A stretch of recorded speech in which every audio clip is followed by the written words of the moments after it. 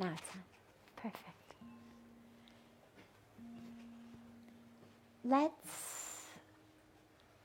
Let's begin with a short meditation together.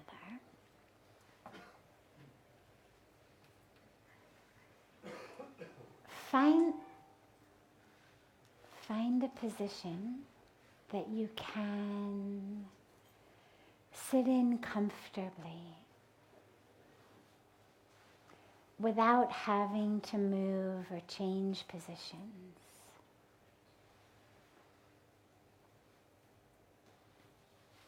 It should be one in which you're comfortable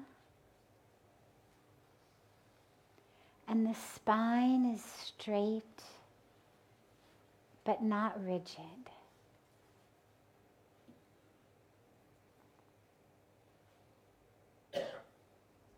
And most importantly, one in which the breath can flow freely.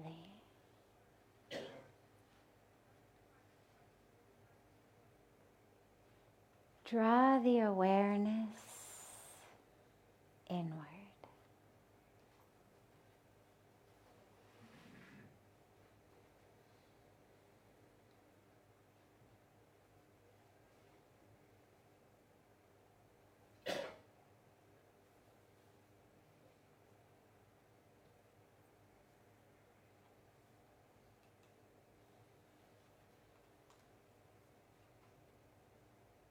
Bring the awareness to your breath.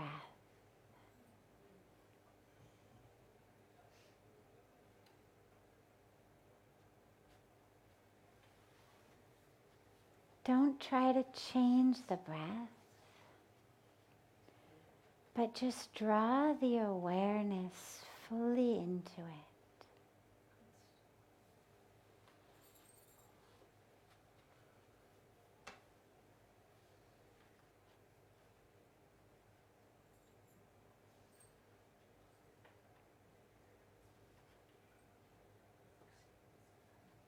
It's not you separate from the breath.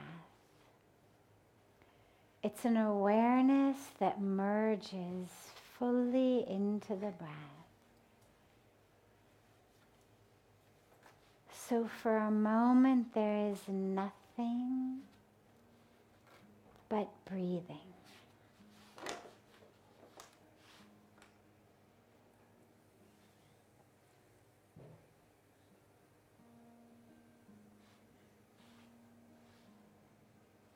Find a position you can sit in without moving.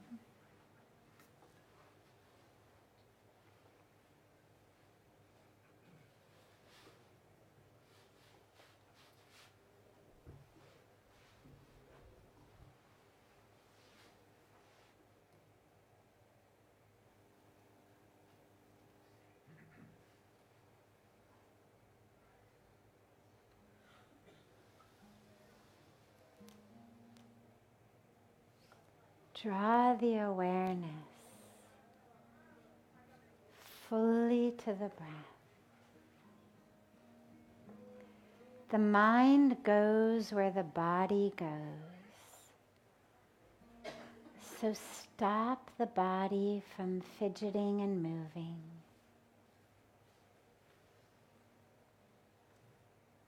Let the body be still.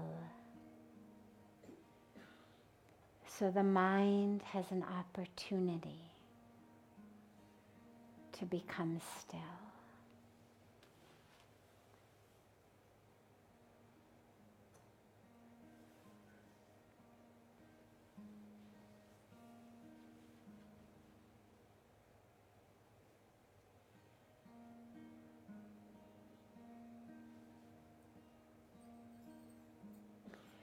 And as you draw the awareness to the breath, instead of drawing it to the breath in the rib cage and lungs, high in the chest, draw that awareness to the breath as low in the abdomen as you can. find the center, the energy center called the Swadhisthana chakra. It's about 2 inches below your belly button. Draw the awareness to the breath at that energy center.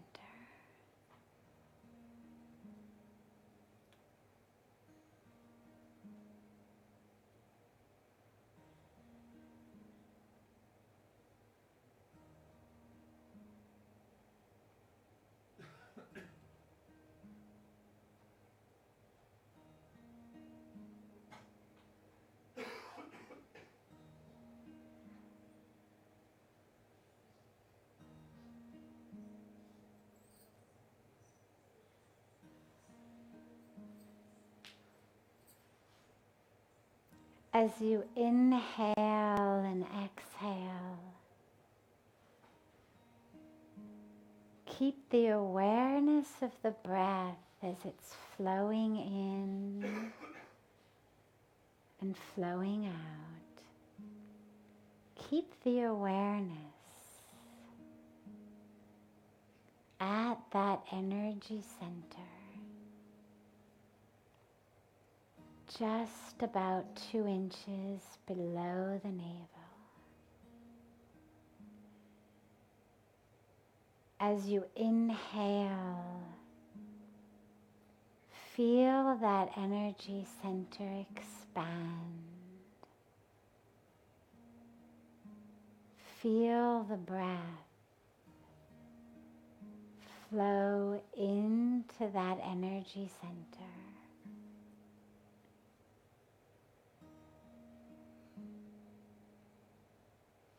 And as you exhale, allow yourself to drop back in to the boundless spaciousness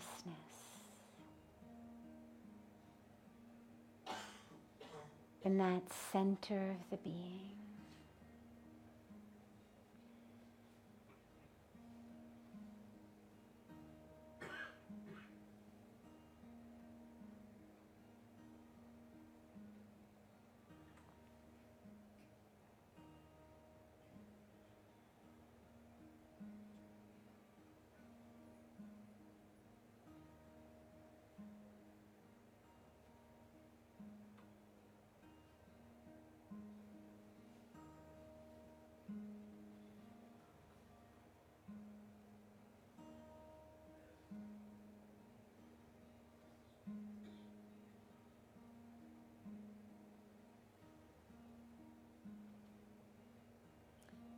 On the next inhalation, as you inhale, instead of the breath moving in and out horizontally,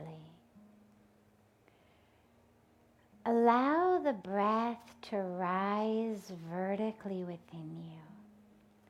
So as you inhale, allow that breath to rise up, beginning at the Swadhisthana chakra and rising up through the being, carrying that breath gently, smoothly through the solar plexus, through the rib cage and lungs, through the throat, and all the way up to your third eye center, the Agya chakra, just between the eyebrows. And then exhale, dropping back down slowly, back down into that core of the being. Don't suffocate yourself. If you can't carry the breath easily, smoothly on an unbroken breath up to the third eye. Don't worry. Just carry it as high as you can easily, and then let it go. But keep the awareness as you're inhaling. Keep the awareness on that third eye, on that Agya chakra. And as the awareness is there, feel it drawing the breath upward to it.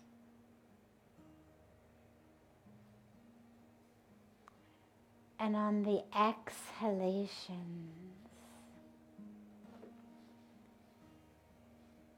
as you exhale and let go, allow yourself to sink more and more deeply into the core of the being.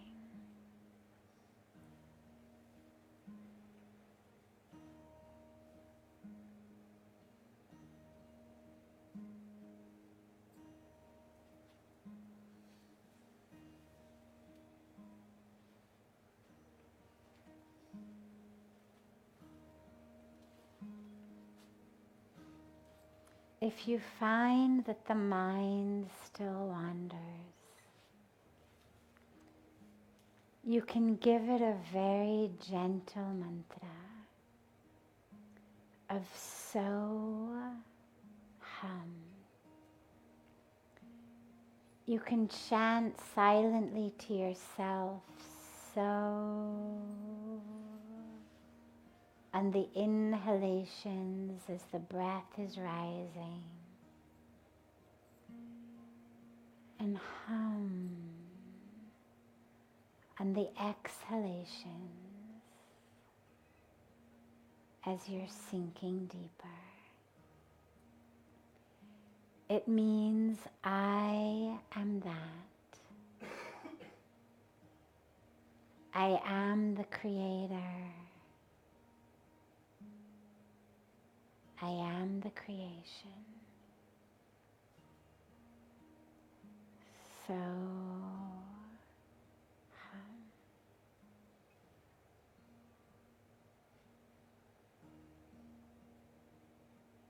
I am that.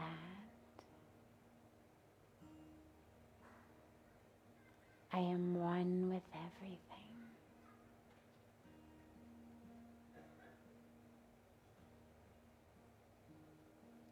So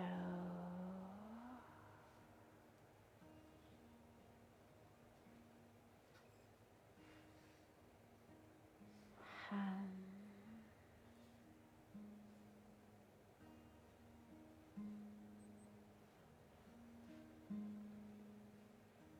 So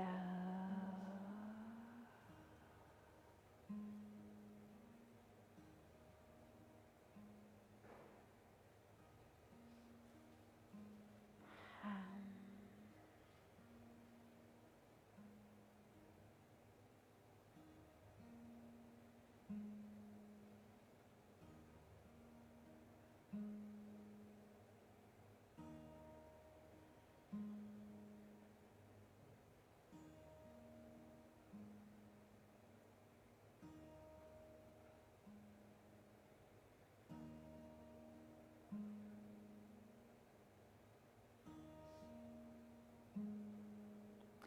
Rising higher and higher on each inhalation, sinking deeper and deeper into the infinite source within you.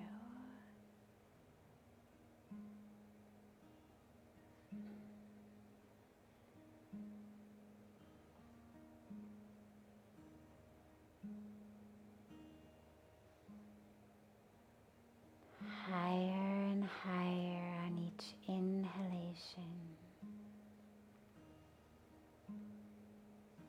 deeper and deeper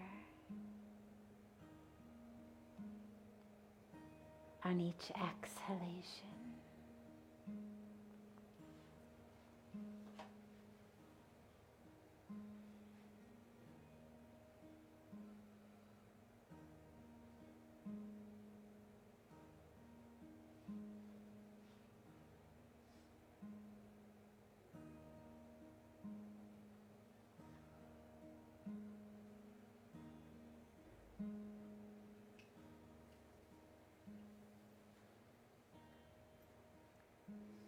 Slowly bring the palms of the hands together at chest level and rub them gently against each other.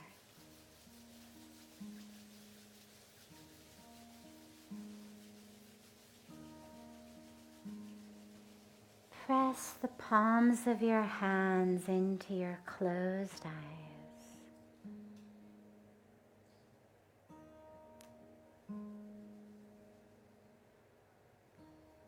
Slowly open your eyes and lower your hands.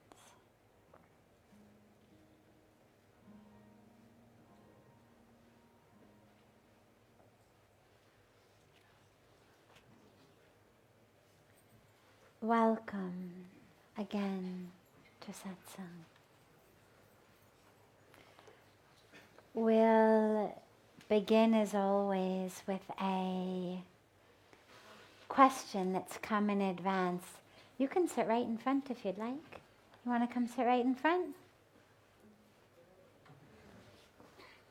There you go. Better view that way. Fantastic. Good. So we'll begin as always with a question that's come in advance and then open it up to any questions that anyone here may have.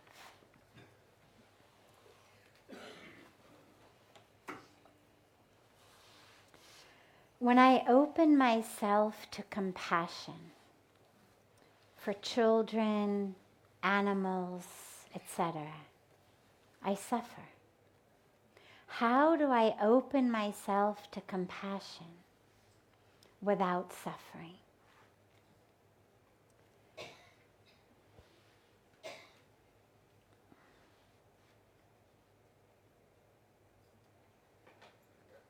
Most of us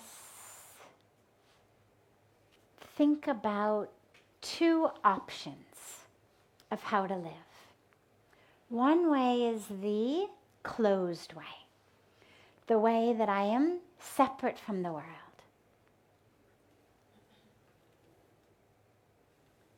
We then embark on a spiritual path, where we feel like something is missing in our lives, that we're not really living in the truest experience of who we are. And so we decide, I'm going to open myself. I'm going to open myself to love, to compassion, to connection, to oneness. And when we do that, the first thing that hits us is pain.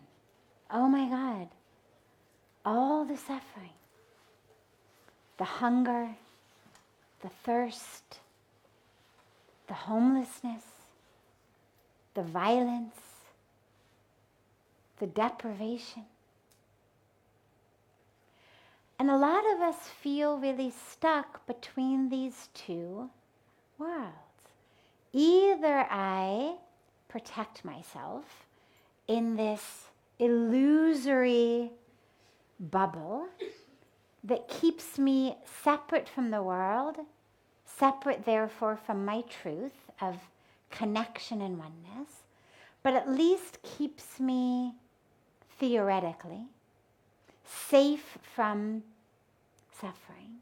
Or I open myself to the truth and I am assailed by pain. And the dilemma is that neither of them is really true. Opening ourselves to compassion is the beginning of the truth. But here's what's interesting.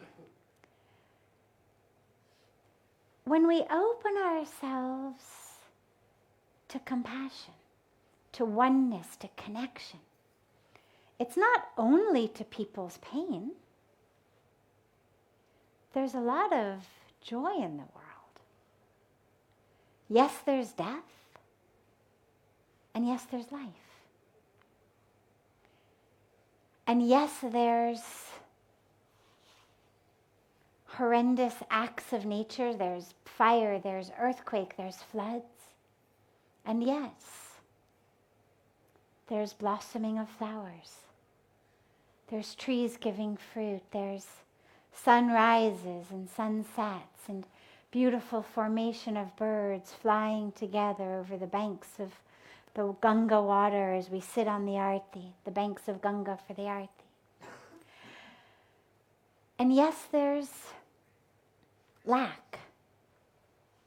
And yes, there's abundance.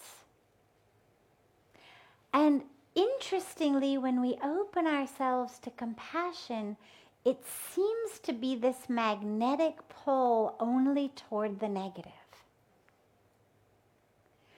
But on a spiritual level, when we talk about openness and compassion and connection, it's not only to death and sickness and deprivation and sadness and suffering and violence.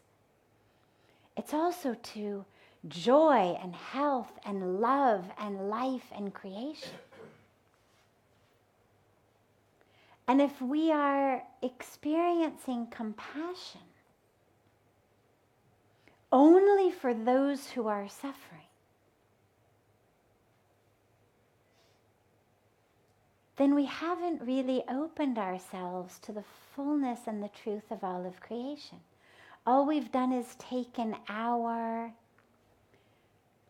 drama, our story, and have carried it from one way of living it into a new way of living it. That instead of perhaps it being suffering about our own lives, now it's suffering about other people's lives. Instead of losing sleep because we are a victim of something, now we get to lose sleep because other people are victims of something. But it's the same box. It's the same drama. It's the same slice of a fullness of reality. And that doesn't mean it's not there. It is there.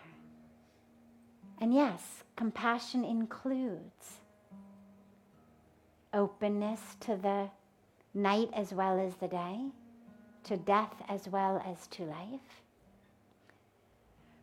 But it also includes the day as well as the night.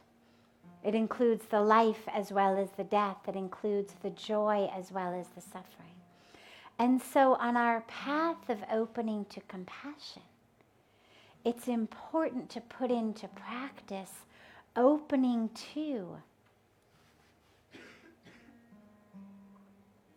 those in health as well as those in sickness. Opening to those in joy as well as those in sorrow. One of my personal favorite meditations is when we're in our sacred arti, which for me personally, I mean for so many, but I experience it in me, is such a time of just divine ecstasy. Just an experience through no merit of yourself, through no merit of your own sadhana, nothing. We get carried into a divine experience through grace. And so for me, it's this extraordinary time of ecstasy and connection. However, across the river from us and downriver a little ways is the cremation ground for Rishikesh.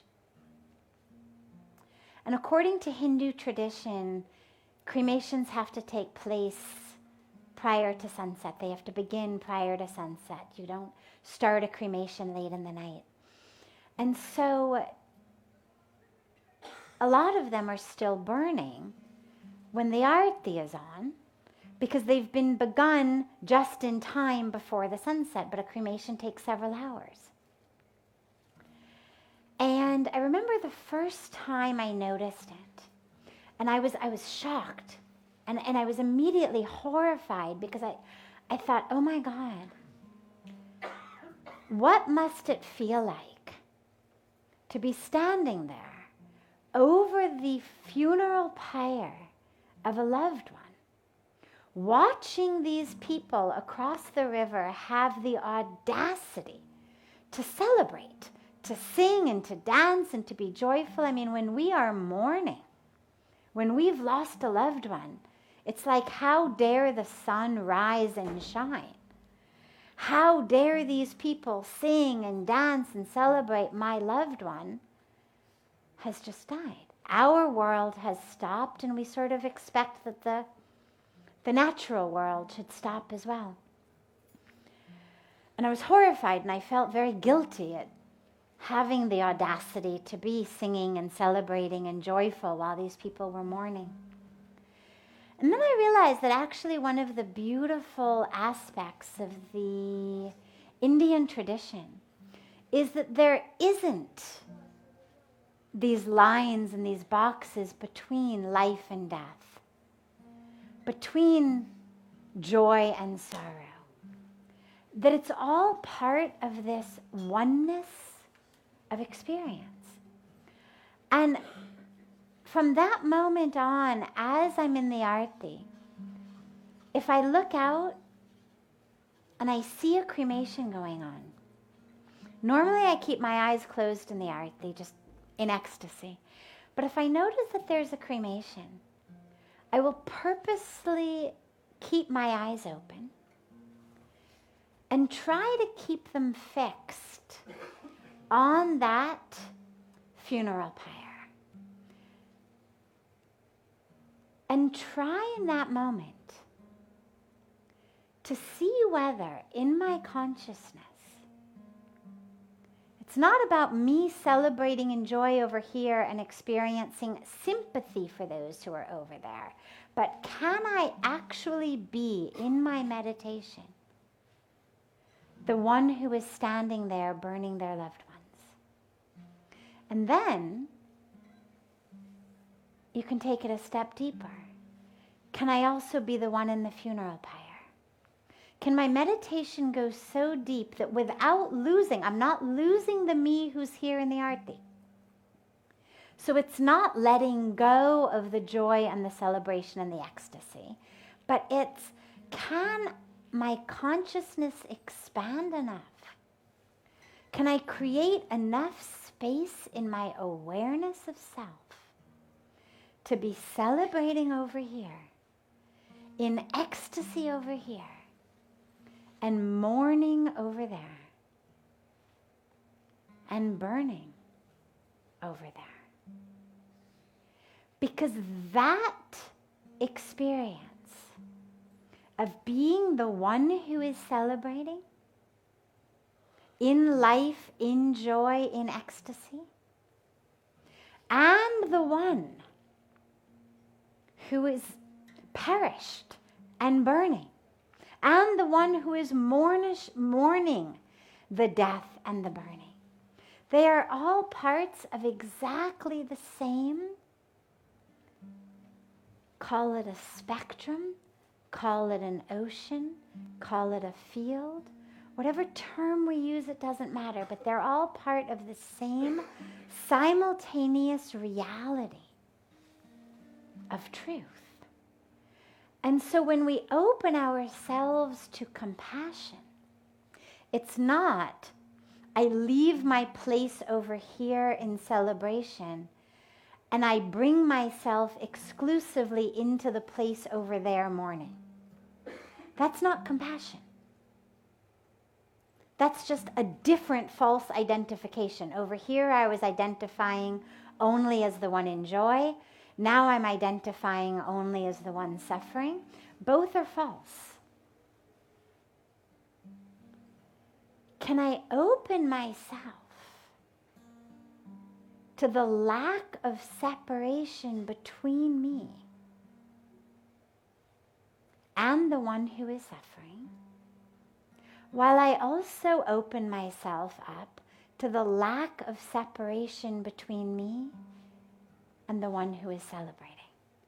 Because as I am one with the mourner, as I am one with the person on the funeral pyre, so I am one with my guru, through whose grace the arti is taking place, through whose grace the ecstasy is happening, who's carrying us into that state of ecstasy. So I am one with the birds flying overhead in this glorious formation of joy. So I am one with the sweet dog who sometimes walks into the middle of the arti, drawn to the middle of a crowd, unfazed, unworried, unanxious, and likes to just lie down and take a nap in the middle of the crowd of singing and dancing people. And so I am one with the children begging for money to be able to eat upriver. And so I am one with all of the abundance. And that's what the actual place that we're looking to go is. So yes, opening yourself to compassion includes suffering. There's no way around that. And that's okay, because remember, the ultimate goal of our life is not to avoid suffering. That's not the game we were put here to play. It's not about how untouched can you make it through the world. Because of course the only way to avoid suffering is to avoid feeling. If you feel, you'll suffer. If you don't suffer, you're not feeling. If you can walk by starving children, by quadriplegic lepers, by homeless people, by polluted rivers, by trees that are being cut down, and not suffer, you're not feeling. But also, if you can walk by flowers that are blooming, and the beautiful flowing waters of the river, and the beautiful trees that are growing, and the joyful laughter of children splashing in the water, and the enlightenment of the old woman who sits on the riverbank, turning the beads of her mala in an ecstasy all her own. If you're not one with that, you're also not feeling. And so when we open ourselves to the fullness, rather than just trading a personal drama for a global drama. And here's the beautiful aspect of that is, by allowing ourselves to be open also to the fullness of the joy and the peace and the abundance, it enables us to be able to stay open to the suffering without needing to shut ourselves down because we can't take it. Because if you only open yourself up to suffering, you won't be able to take it for very long. And then you're not going to be able to be an agent of transformation. a tool of light, a tool of healing, a tool of bringing healing to the suffering. If I'm overwhelmed by the suffering such that I can't get out of bed, such that I need to drown my pain in alcohol or drugs or chocolate cake or Facebook, or such that I need to just shut myself off from it, then I've closed myself to both the possibility of my own awakening and also the possibility of actually being able to effect change in the world I live in. And those are the two highest callings that we have. Our own awakening, our own enlightenment, and through that, to bring light to the world. So open yourself up, but open fully.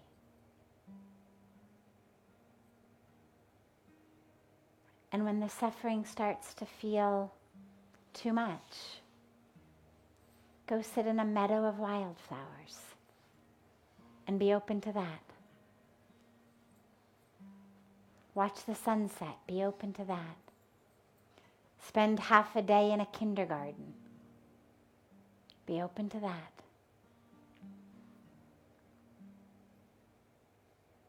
Such that your inner experience becomes an honest and true experience of the fullness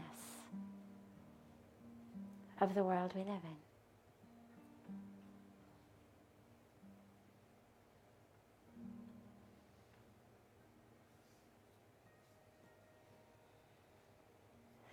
So, before taking any of the other questions that came in advance, I'm happy to open it up to any questions that are here, if there are any.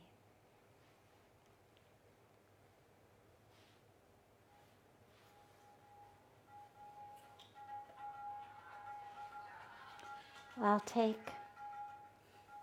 I'll take another that's come in advance and then give another opportunity. Is there a way to know what is our destiny and how do we fulfill it? The only way to know what your destiny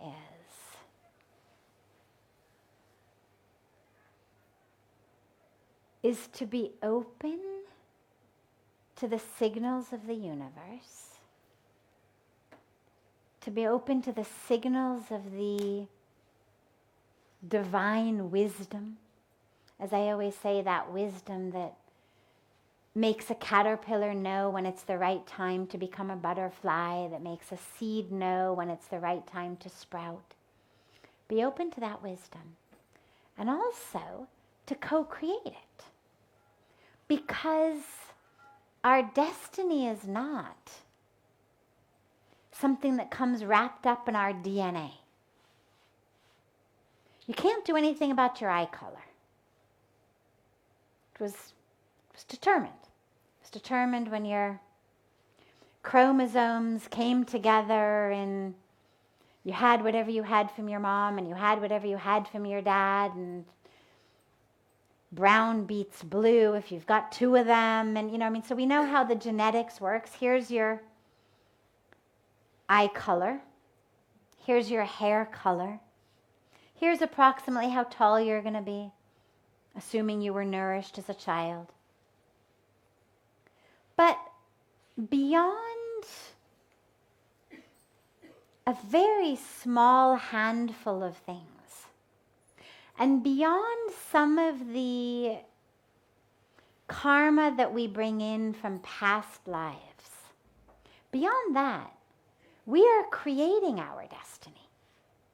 So whether it's our physical destiny, our spiritual destiny, we're co-creating it. Yeah, some of it is written. You may have a tendency toward, a genetic predisposition toward certain illnesses, certain weaknesses, certain issues.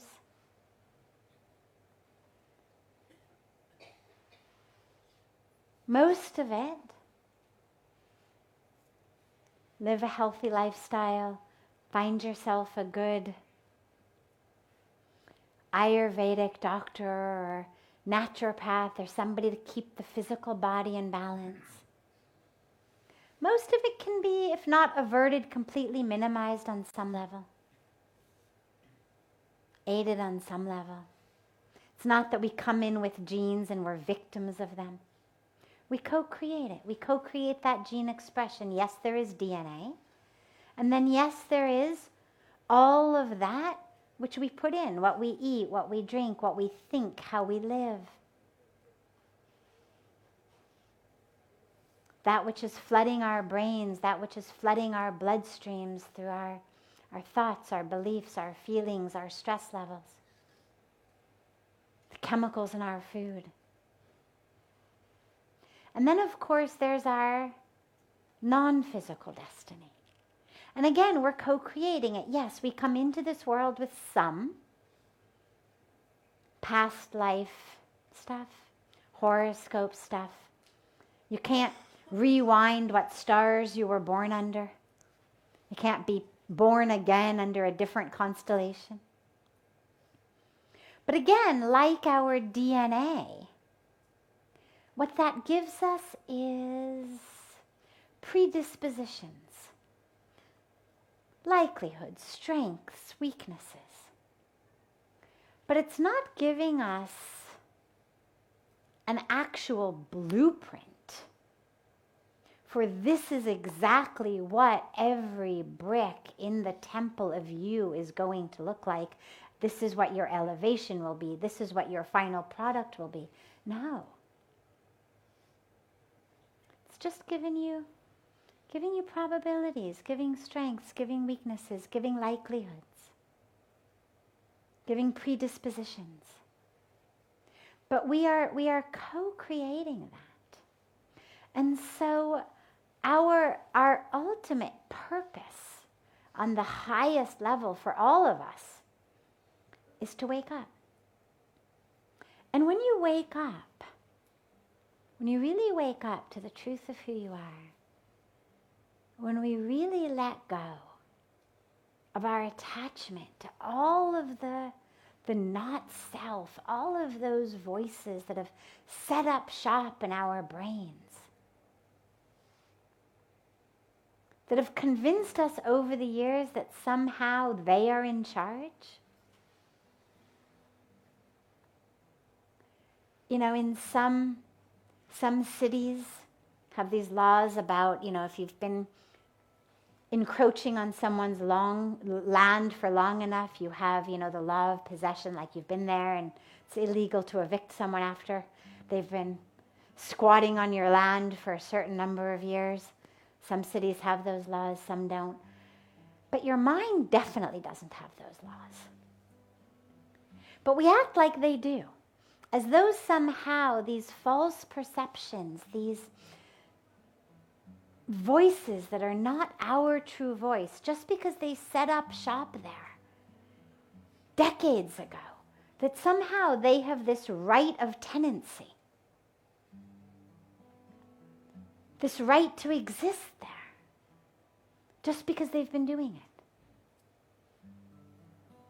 But they don't. And it's up to us to take back the tool of our minds. It's like we've been sitting in the passenger seat, or rather the back seat of our own car, while some lunatic has the steering wheel. And it's a lunatic that's made up, interestingly, of not only like one lunatic, but it's made up of the lunacy of all of that which we've encountered throughout our lives. So all of the issues that our moms had, the issues our fathers had, the issues that our neighbors or extended families may have had, the issues that our teachers were struggling with and they had, and all of the stuff that they told us when we were growing up, all of the not truths that they told us about who we are, our worthiness, our value, our identity, all of the stuff that our culture and our society tells us. We've handed over the steering wheel of our life to this collective lunacy. And we've agreed to just sit in the back seat and let it drive us in circles. And our ultimate collective destiny is to actually wake up to the awareness of this is what's going on. And then to step up to the plate of really realizing who we are. It's not about wresting control. It's not about fighting ourselves for that control. Because interestingly, when you really can see that lunatic driver, it withers away in the driver's seat. You don't have to actually throw it out of the car. Its grip literally just loosens and it withers. And so that's what we are actually all called to do. That's our destiny, is to wake up to the truth of who we are and then move through the world in that truth. And that's all we're called to do. The rest of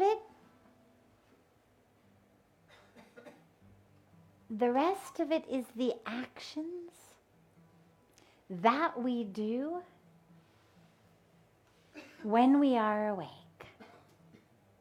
or as we wake up, or in service of waking up. So we surrender. We become a tool in the hands of God. We let go of our death grip on how we want it, when we want it, into the flow of grace.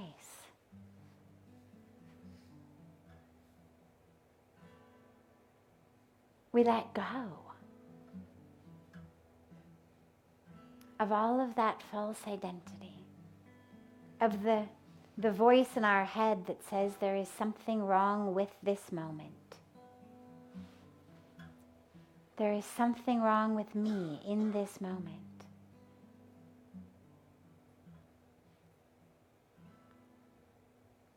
And we realize this moment is all there is.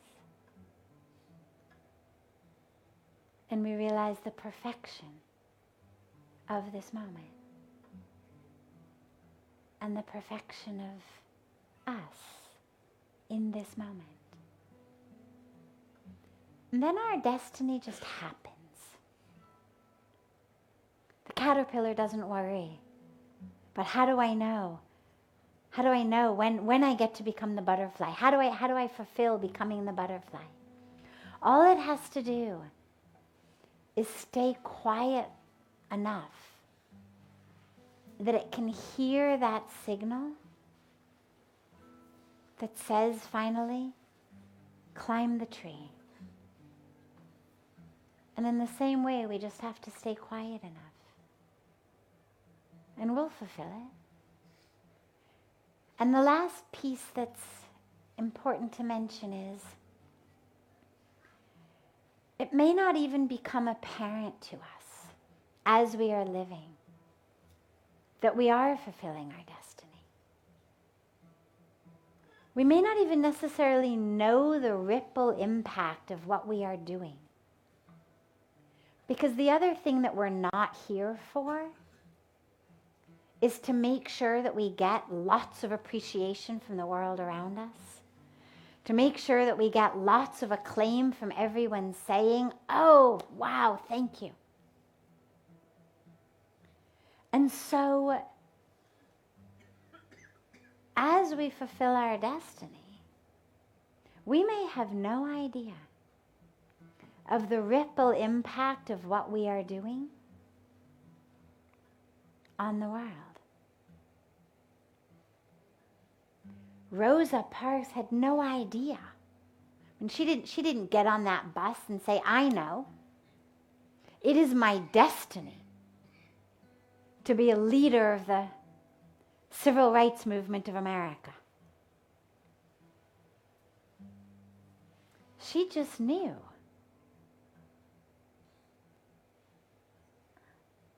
I'm not moving to the back of the bus.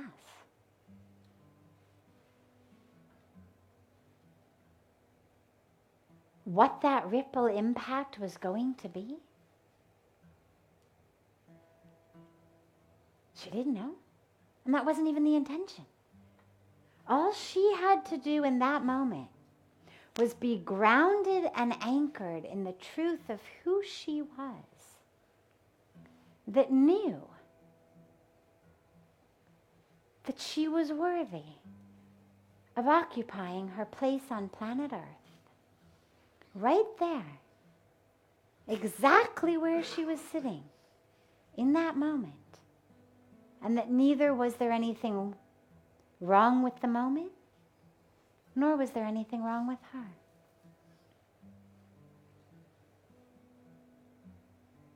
And the ripple impact was enormous. When Mahatma Gandhi, who wasn't even called Mahatma Gandhi at that point, was riding a train in South Africa and got thrown off a train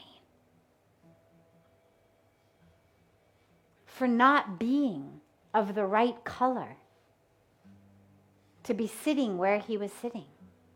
He wasn't thinking, I know my destiny is to start a revolution. My destiny is to be an icon of nonviolent movement. He just knew. I deserve to occupy my place on planet Earth. Right here. Right now. Not from a place of ego, not from a place of separation, but rather from a place of oneness. And it set off a ripple impact from South Africa to India, and from India to the world. And I mention this because if you look back over history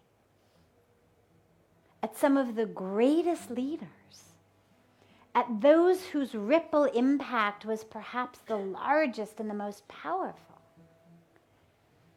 it wasn't that they sat in a room trying to figure out what is my destiny? How do I find it? They simply needed to know what is my truth in this moment and how do I surrender to it? How do I, in love, in humility, in truth, and in strength, be a tool in the hands of the transformation that the world needs to happen? They didn't need to know how their tool was going to be used. Gandhiji had no idea that that entire station was going to be named Mahatma Gandhi Station, and that now tourists were going to go to see the station where he got thrown off the train.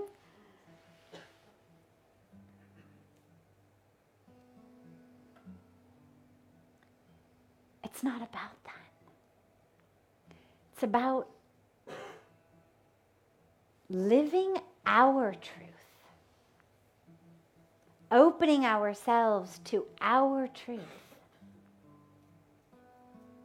getting the lunatic off the steering wheel so that we stop going in circles.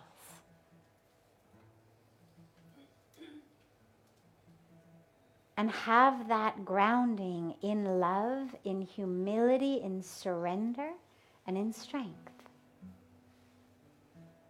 To be used as a tool. However the divine flow knows it's supposed to happen. Because we don't always get the advanced memo. Neither of them woke up that day with a memo that said, today's your day.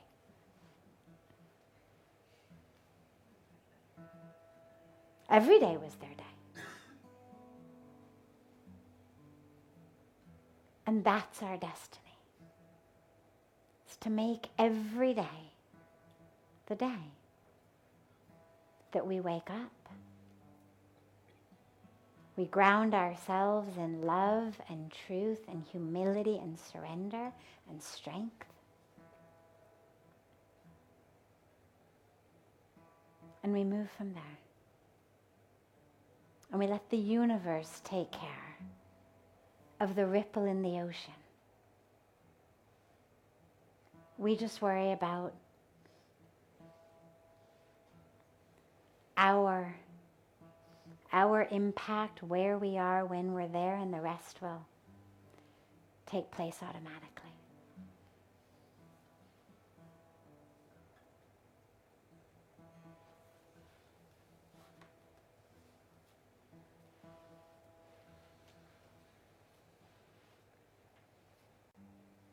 Have a beautiful rest of your evening. A bit of a heads up. We will have satsang tomorrow. There will be satsang tomorrow. But tomorrow will be our last satsang for a week. Day after tomorrow, I will be out for 6 days. So again, there will be satsang tomorrow, but then after tomorrow, we will start satsang again on the 17th. So hope to see you all tomorrow, but wanted to start giving the notice in advance in case I don't see you tomorrow, that I will be in Africa for a week. Actually in Africa for 5 days, but there's travel back and forth. At a beautiful summit being put on by the United Nations in Nairobi, particularly focused on women and girls and their rights and their empowerment. And it's an honor to go and an honor to be there. So I'll look forward to seeing you all tomorrow, and then hopefully also to seeing you a week later.